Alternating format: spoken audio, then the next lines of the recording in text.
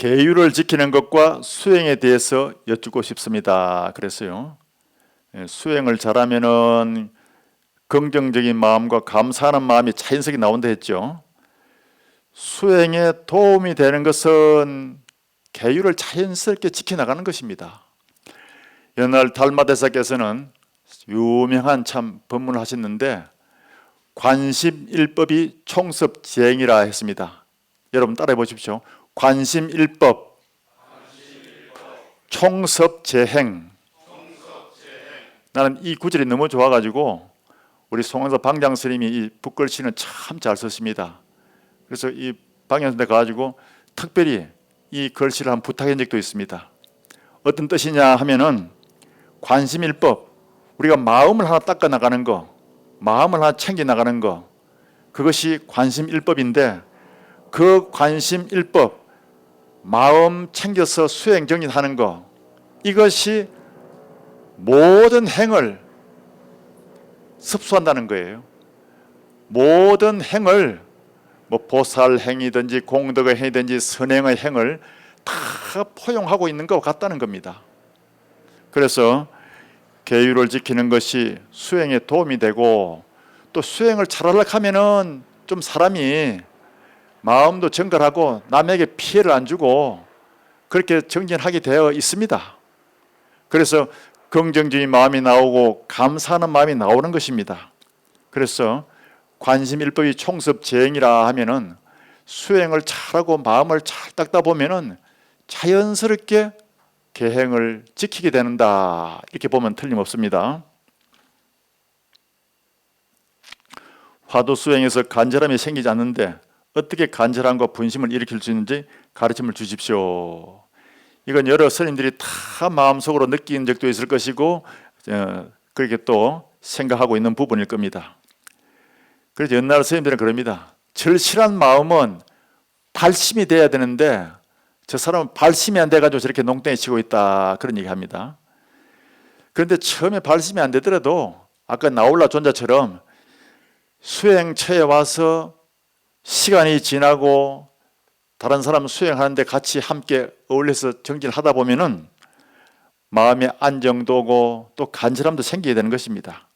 그런데 서원을 세우고 열심히 정진하는 것이 중요한 것입니다. 늘 부처님한테 가서 삼보에 대해서 발언을 하고 그 원을 이루도록 노력하는 그것이 수행에 굉장히 큰 힘이 되는 것입니다. 옛날부터 상건기는 참선하고 중건기는 경보고 하건기는 염불을 한다 그랬잖아요. 그 상건기라 해서 여러분들은 다 이제 상건기라 생각하겠죠. 그 중에서도 이제 여러분들이 또 그럽니다. 나는 건기에 약해서 참선이 안 맞는가 봐. 그래도 비구기를 받아야 되니까 어쩔 수 없이 이제 버틴다, 이런 분도 있을 거예요. 옛날에 저희 도반되는 스님이 이건 이제 이 대중 앞에서 얘기하기는 그래서 이름은 밝히지 않겠습니다. 저기 수원 용주사 주지도 지내시고 했은 분인데, 이분이 초등학교 다닐 때부터 아토피 피부병이 있어가지고 굉장히 피부가 막 가렵고 해가지고 끓고 있답니다. 그 아버님께서 또 이 마음 공부를 하던 분이라서 신묘장구 대다란히 주력을 시켰답니다. 주력을 탁 시키니까 초등학교 다니니까 머리가 총명하고 마음이 또 순수하니까 다란이를 쫙 외우는데 자꾸 다란이를 외우고 피부가 끓을 때마다 아프니까 가려울 때마다 그걸 참고 1년으로 들어갔답니다. 그 어느 정도냐 하면 호흡 한 번에 다란이가 한번 싹 돌아가는 겁니다. 여러분, 다란이를 독송을 하려고 하면은 5분 걸립니다. 그런데 한번 싹 해서 호흡 한 번에 나무라 따나다라에서 저 끝에 사바까지 가는 거예요. 나는 그것이 과연 가능한가 하고 좀 의아스러웠는데, 저기 서울대학 나온 스님이 한 분 계시는데 그 도반 스님도 몸이 약해가지고 기도를 했답니다. 근데 이분은 굉장히 기억력이 좋아가지고 그 전화번호부를 다 외울 정도로 총명한 거예요. 옛날에 아란존자가 경전을 다 외웠다 그러죠. 그런데 이런 스님을 보면 그게 이해가 갑니다. 그 선천적으로 아주 총명해가지고 전생에 주력을 많이 하면 총명한 지혜를 얻는다 그래요. 불망지를 얻는다 그럽니다. 그런데 그런 스님들도 전생에 주력을 많이 했든지 간에 총명해가지고 다란이를 쫙 외우는데 1분도 안 돼가지고 호흡 한 번에 다란이가 한번 싹 돌아간다는 거예요.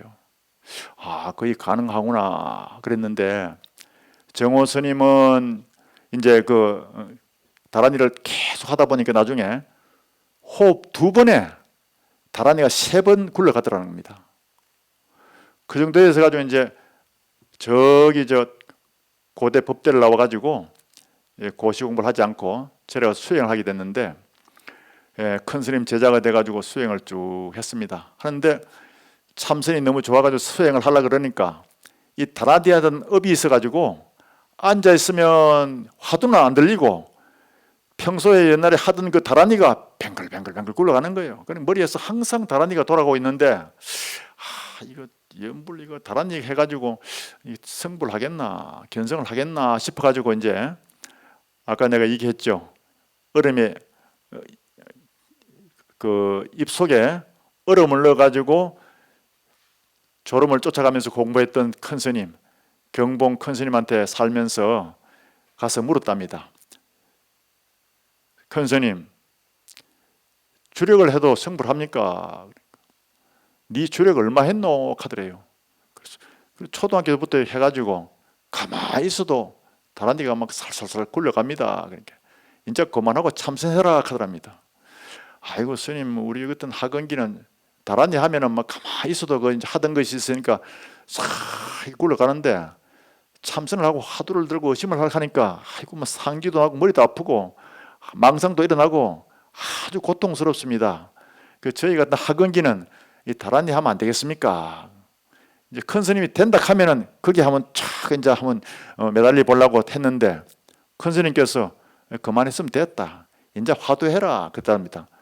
그래서 너무 아쉽고 참 다란이를 해도 된다 하면은 한번 매달려서 한번 열심히 한번 쪼아보려 했는데 잘 안 되니까 아이고 큰 스님, 우리 같은 학원기는 화두를 하니까 잘 안 되는 것 같고 망상도 많고 머리도 아프고 그러니까 의심은 또 잘 안 되고 그 다란이는 하던 기라서 다란이 하면 정말 안 되겠습니까?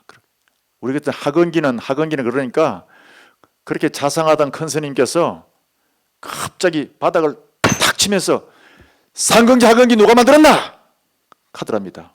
깜짝 놀래가지고 그 도인 스님의 한마디에 다란이가 싹 달아나 버렸습니다. 그 다음부터 화두가 싹 들리더라는 거예요. 그 큰 스님의 법력이 그런 것입니다. 그래서 정말 공부할 때 선지식을 찾아뵙고 그 자문을 듣고 가르침을 받는 것이 그만큼 소중한 것입니다. 그래서 그 다음부터는 화두는 싹 들리고 다란이는 정말 싹 사라져가지고 다란이 때문에 화두가 안 된다는 그런 소리가 전혀 안 나오더랍니다. 그래서 지금도 수행을 하고 있습니다. 여러분들도 공부가 안 된다고 다른 생각해서는 안 됩니다. 간절함이 왜 없겠습니까? 여러분들 스스로 상근기를 생각하고 마음을 내고 간절한 마음을 다져가고 서원을 세우면은 상근기 될 수 있는 겁니다. 상근기, 하근기는 자기 자신이 만드는 것입니다. 그래서 옛날 이런 스님들의 고사를 들어보더라도 참고해서 열심히 해야 됩니다. 우리의 뇌 세포는 매일매일 바뀌고 있습니다. 전체가 바뀌려고 하면 3년이 걸린답니다. 그래서 옛날부터 지혜로운 선사 스님들께서 천일기도가 그만큼 소중하다 해가지고 천일기도를 많이 시키고 또 3년 정진이 참 중요하다 해가지고 3년 결사를 참 많이 했습니다. 3년 동안에 완전히 수행하는 분위기, 수행하는 그런 모습으로 자꾸 바뀌는 것이 3년 되면 내 세포가 완전히 한번 딱 교체가 되기 때문에 그렇게 기도를 시키고 정진을 시켰던 것입니다. 수행은 긴장을 풀고 자유로운 의식 상태로 인위적인 예습이 없이 쉬고 또 쉬는 기술이라 생각합니다. 그러나 가나선 수행은 화두에 집중하려고 하면은 자기도 모르게 경직되고 인위적으로 흐르게 돼서 억지로 하는 수행처럼 됩니다. 가나선 수행을 편안한 의식 상태에서 어떻게 해야 하는지, 또 수행과 행복이 함께 갈 수 없는지 궁금합니다. 여러분 다 이런 수준이죠? 물론 좀 그 중에서 좀 이런 차원을 벗어난 선생님도 있겠지만은 거의 다 이런 수준에 되어 있습니다. 왜냐하면은 처음에 선방에 앉으면은 앉는 그 자세부터가 벌써 경직이 되지 않습니까? 그 옛날 어떤 선생님은 가면 다 이렇게 합니다. 선방에 가거든 화두가 열심히 안 들린다고 고민도 하지 말고 자세를 편안하게 앉아가지고 호흡을 바르게 하면서 그렇게 한철 지내는데 신경을 쓰도록 해라. 처음부터 화두 들고 자세 바르게 하고 뭐 호흡 가다듬고 하면은 이것이 더 긴장되고 억지로 돼가지고 더 태타심이 날 수 있으니까 우선 자세를 편안하게 해서 마음을 가다듬도록 하라, 그런 얘기합니다. 처음에 앉아있는 몸이 편안해지고 그 다음에 눈이 안정이 되고 그 다음에 마음이 안정이 된다 했습니다. 그런데 이 스님이 질문한 것을 보면은 여러분들이 다 공통적으로 한 번씩 느끼고 있는 그런 부분입니다. 그런데 처음부터 잘 돼가지고 일념일념 돼가지고 툭툭 도가 터져버리면은 저 부처님이 공양을 받지도 못하고 아주 뭐 부처님한테 와서 예배하는 사람도 별로 없을 겁니다. 인위적으로 억지로 한다 하더라도 수행이 익어지면은 편안해지는 것입니다. 그래서 옛날에 이런 말이 있습니다. 설은 것은 익게 하고 익은 것은 설계하라 했습니다. 아주 유명한 그런 구절입니다. 가나선 수행은 편안한 의식에서 어떻게 해야 하는지, 또 수행과 행복이 함께 갈 수 없는지 궁금합니다. 수행을 잘하는 그 자체가 행복인데 행복을 따로 구하려 할 필요는 없습니다. 옛날에 주리 반특하가 아주 간절한 마음으로 출가를 했지만은 이 머리가 너무 둔해가지고 바보 주리 반특하라고 소문이 났습니다. 옛날 우리 저 시골에 보면 아주 바보를 축구라는데 바보 축기라고 소문난 그런 스님입니다. 그래서 부처님이 경전을 개송을 들려주면은 인도 사람들은 암송을 아주 잘합니다. 그 문화에서는 암송하는 것이 극히 자연스러운 그런 문화입니다. 그리고 부처님 경전이 완성되기 전에는 부처님 법문한 것을 그대로 다 암송하는 겁니다. 그런데 이 주리 반특하는 한 개송도 외우지를 못하는 거예요. 동국대 어떤 교수가 인도의 학술 세면에 갔더니 어떤 사람이 와가지고 팔만대장경을 쫙 외워 나가더라는 거예요. 그냥 점심 먹으러 갔다 와서 보니까 그때도 계속 외우고 있더랍니다. 그런데 한 3시나 되니까 끝나더래요. 그래서 많은 사람이 박수를 쳤답니다. 그런데 머리가 허연 노인이 나오더니 다 했나 하더래요. 다 했다 하니까 그게 뭐 대단하다고 지금까지 붙들고 말이야, 앞에 나와서 외우고 있냐고, 내가 하는 거 한번 볼라 하느냐고 막 거꾸로 막 외우더래. 거꾸로.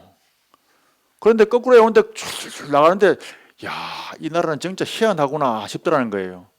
여러분 학교 다닐 때, 초등학교 다닐 때 산토끼 그거 다 부르지 않습니까? 산토끼 토끼야 어디를 가느냐, 이걸 거꾸로 한번 해보세요. 그것도 쉬운 일이 아니잖아요.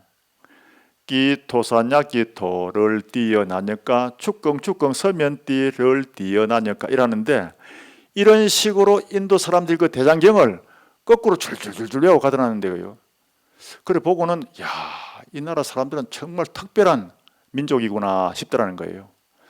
그리고 옛날에 경전이 생기기 전에 다 암송을 했는데 그 중에서 아란존자가 제일 암송을 잘했다는 거 아닙니까?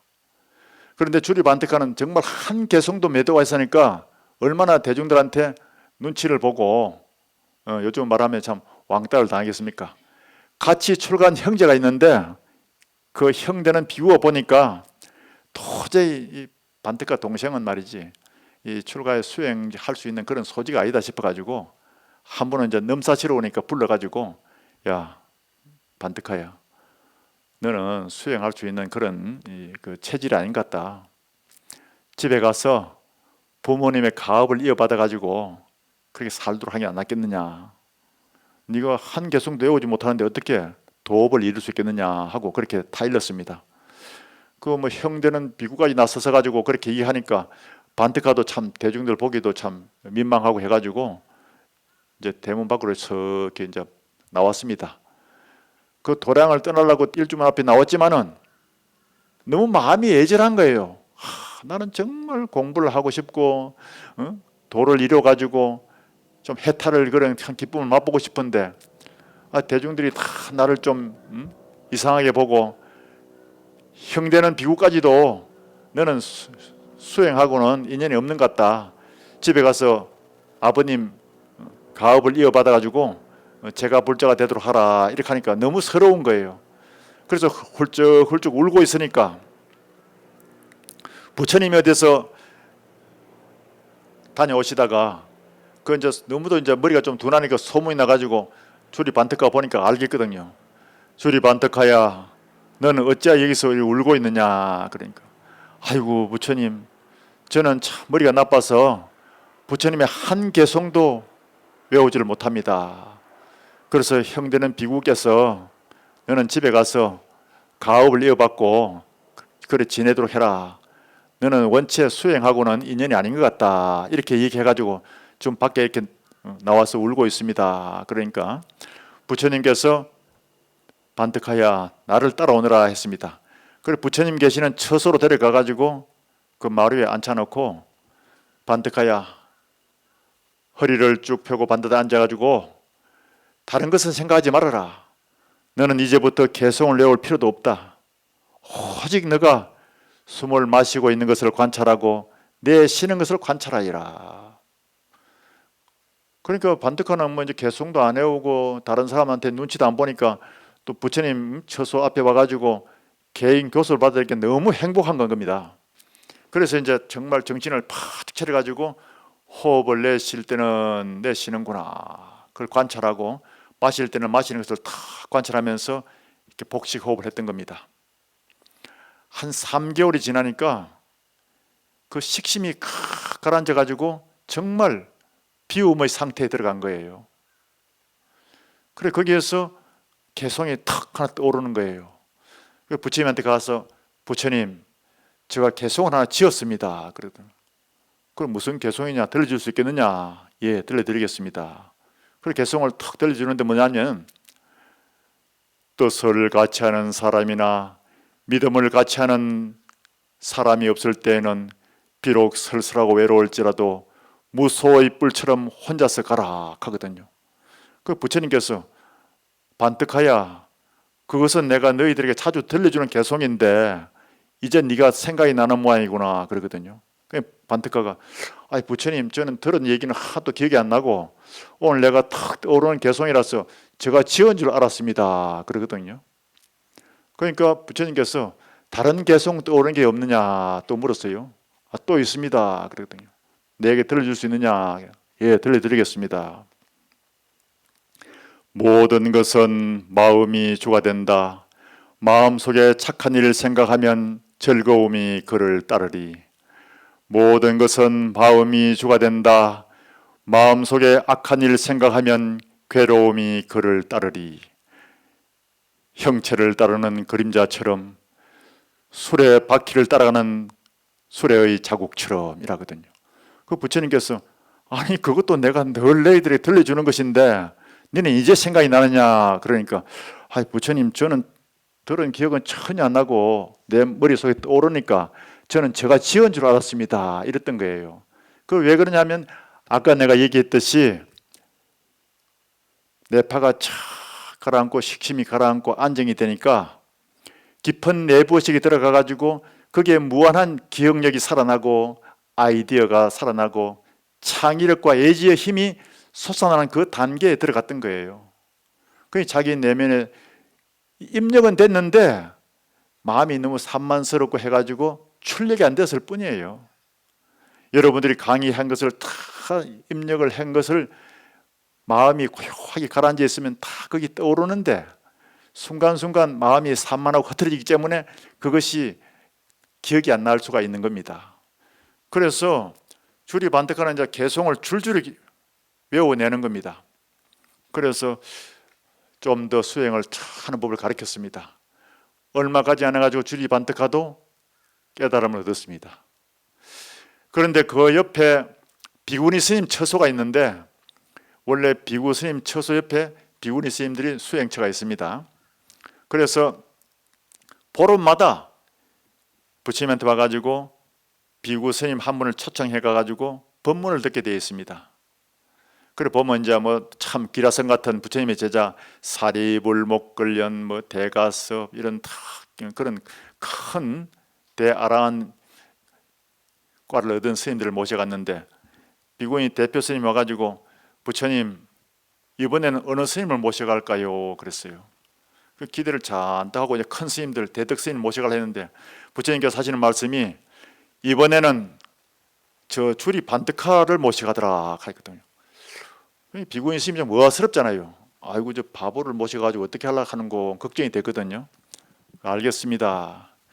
주리 반득하 스님 이번 보름날에 저희 처소에 오셔가지고 법문을 들려주십시오 하고 청하고 갔습니다.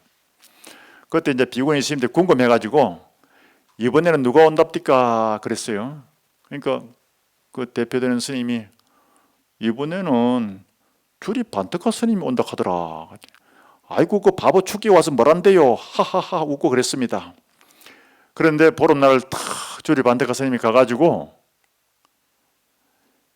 상상을 초월했겠죠. 모든 사람들의 그 기대를 깨고 정말 거룩하게 법문을 잘했습니다. 그때 비구니 스님이 많이 반성을 했답니다. 바보 축기라고 소문나가지고 절에서 내보내려 했는데 저 스님을 데려다가 부처님이 특별 과외 교습을 한다는 소리는 들었는데 몇 달 사이에 저렇게 달라질 수가 있구나. 야, 우리도 열심히 하면은 정말 마음의 밝은 등불을 켤 수 있겠구나 하고는 더 분발해가지고 열심히 정리했다는 기록이 있습니다. 여러분께서도 처음에는 경직되고 인위적으로 하는 것 같아가지고 오히려 수행이 잘 안 될 수도 있지 않습니까? 그런데 이 시간이 지나고 하면은 점점 설었던 것은 익어지고 익었던 것은 또 설어진단 말이 뭐냐? 우리 몸에 나쁜 습관이라든가 수행에 도움이 되지 않는 그런 무명 업장들이 점점 녹아진다는 겁니다. 그 옛날 스님들께서 초학들을 가르치기를 호흡을 맞춰가지고 단전호흡을 하면서 화두를 챙겨라 하는 경우도 있습니다. 또 어떤 선지식은 야야 그 호흡 맞춰서 할 거 뭐 있냐? 화두만 잘 챙기면 자연스럽게 호흡이 되는 거야. 자연스럽게 단전호흡이 되는데 뭘 그렇게 단전호흡에 맞춰서 하려고 하느냐? 화두만 일념으로 챙겨가거라. 이렇게 또 지시한 분도 있습니다. 경험을 해보면은 호흡에 맞춰서 화두를 챙겨나가는 것하고 화두만 열심히 챙겨서 일념이 이루어지면은 자연스럽게 단전호흡을 하고 있다는 것을 느낄 때가 있습니다. 그와 여러분들이 처음에는 경직되고 인위적으로 하는 것 같아서 억지 춘향이처럼 공부 안 되는 수 있지만은 그것이 점점 무르익어지면은 나중에 여기 질문한 스님이 희망하는 대로 편안한 의식에서 수행과 행복이 둘이 아니다는 것을 느끼면서 정진할 수 있는 그런 때가 오는 것입니다. 아시겠죠? 그래서 열심히 하시고 마음속으로 자꾸 서원을 세우는 것이 참 중요합니다.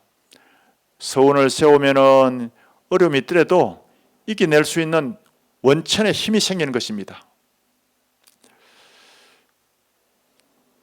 제가 이 발목을 좀 삐어가지고 병원에 의사가 그래요. 아이고 스님 이래가지고 결제 들어갈랐습니까? 아이고 결제 석 달 동안 어떻게 안 걸어놨습니까? 아이고 저는 책임을 못 지겠습니다. 그래요. 그래서 선에 가서 사는데 우리 송강사는 새벽 2시부터 입선에 들어갑니다. 그러면 한 40분 돼서 일어나가지고 챙겨가지고 이제 올라가야 되는데, 그렇게 어려운 입장에서는 더 일찍 일어나가지고 평소보다 더 일찍 일어나서 밖에 나와가지고 각 법당마다, 법당 안에 들어가서 참배를 못하더라도 각 법당 앞에 가서 참배를 하면서 열심히 정진해가지고 안거를 잘 마치겠다는 서원을 합니다. 그래서 송강사에 보면 각 담마다 돌면 법당이 여러 개 있습니다. 그리고 나서는 마지막으로 송강사를 처음에 절을 지은 신라 말기에 해린 선사라는 분이 계시는데, 그분을 모신 사당은 없어요. 그분이 모신 조사전은 없기 때문에 허공에다가 그림으로 정각을 하나 딱 만들어 가지고 해린 선사님과 여러 역대 전등 제조사 스님들 다 마음속으로 생각하면서 발언을 합니다. 내가 지금 다리가 불편해도 한치를 잘 나가지고 무사히 안거를 마치고 정진을 잘해가지고 부처님의 가르침대로 널리 중생들에게 이익을 줄 수 있는 그런 수행자가 되도록 발언합니다 하고 다짐을 했습니다. 그렇게 매일 아침마다 각 단에 참배를 하고 올라가게 되면은 내 마음속에서 아주 신선한 원천적인 에너지가 샘솟듯이 솟아나는 것을 느낄 수 있습니다.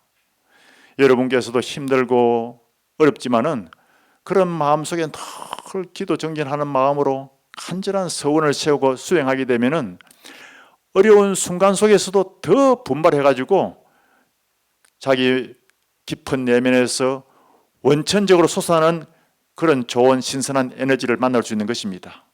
그렇게 하다 보면은 수행도 점점 깊어지는 것입니다. 여기 보면 또 이제 반야신경에 불구부정이라는 구절이 있습니다. 이와 관련해서 오전 강의 중에 발 씻는 것이 건강반야바라밀경과 깊은 연관이 있다는 말씀에 의문이 있습니다 했어요. 우리가 이제 무명번뇌가 가려져 가지고 본심을 보지 못한다 하는데, 부처님이 탁발하고 와가지고 흙 묻은 먼지 묻은 발을 씻고 앉으시니까 본래 깨끗한 발이 드러났지 않습니까? 그것을 이제 선사 스님들은 비유해서 발을 씻고 나면은 깨끗한 발 모양이 드러나듯이 우리의 무명번뇌도 벗어나고 나면은 본래 청정한 마음을 드러낸 것이다, 이렇게 해석을 했습니다. 선정의식 삼매 수준에서는 본래 청정심인데 그것을 보여준 것이다, 이겁니다.